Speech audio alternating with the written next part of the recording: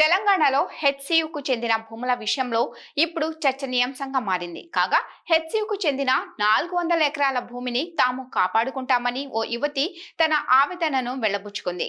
మేము ప్రశాంతంగా నిరసన చేస్తుంటే మాపై పోలీసులు లాఠీచార్జ్ చేశారు. మా యూనివర్సిటీ భూములు అడగడం తప్ప ఇక్కడ జింకలు, నెమళ్లు, చెరువులు లేవని సీఎం ఎలా అంటారు?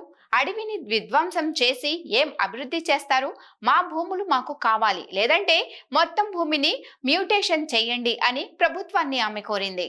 బార్కేడ్లు వేసి మా మీద లాఠీచార్జ్ చేశారు. అమ్మాయిలని కూడా చూడకుండా అమ్మాయిల మీద కూడా లాఠీచార్జ్ చేశారండి. మీకు ఏ హక్కు ఉందని లాఠీచార్జ్ చేయడానికి అడుగుతాం. మేము స్టూడెంట్స్, ఇక్కడ మేము మా యూనివర్సిటీ స్టూడెంట్స్, మేము ఇక్కడ మా యూనివర్సిటీ వాళ్ళు చదువుకోవడానికి వచ్చాం. మాకు మా భూములు కావాలని అడుగుతున్నాం. దాని మీద కూడా మేమేదో దొంగల్లాగా ఏదో క్రైమ్స్ చేసినట్టు మా మీద లాఠీచార్జ్ చేసేంత హక్కు మీకు ఎవరు ఇచ్చారని ఈరోజు అడుగుతున్నాం. మా భూములు మాకు వెనక్కి కావాలి అంటున్నారు. నెమళ్ళు ఏమంటున్నారు? మేము రోజు చూసేది ఏంటో మాకైతే తెలియట్లేదు. మేమైతే వాటిని జింకలు నెమళ్ళని అనుకుంటున్నాం. ఆయనకి ఏమైనా డౌట్ ఉంటే ఆయన, మీడియా, పోలీసులు అందరూ కలిపి రండి, చూడండి, మొత్తం ఎక్కడ జింకలు కనబడతాయి మీకే తెలుస్తుంది.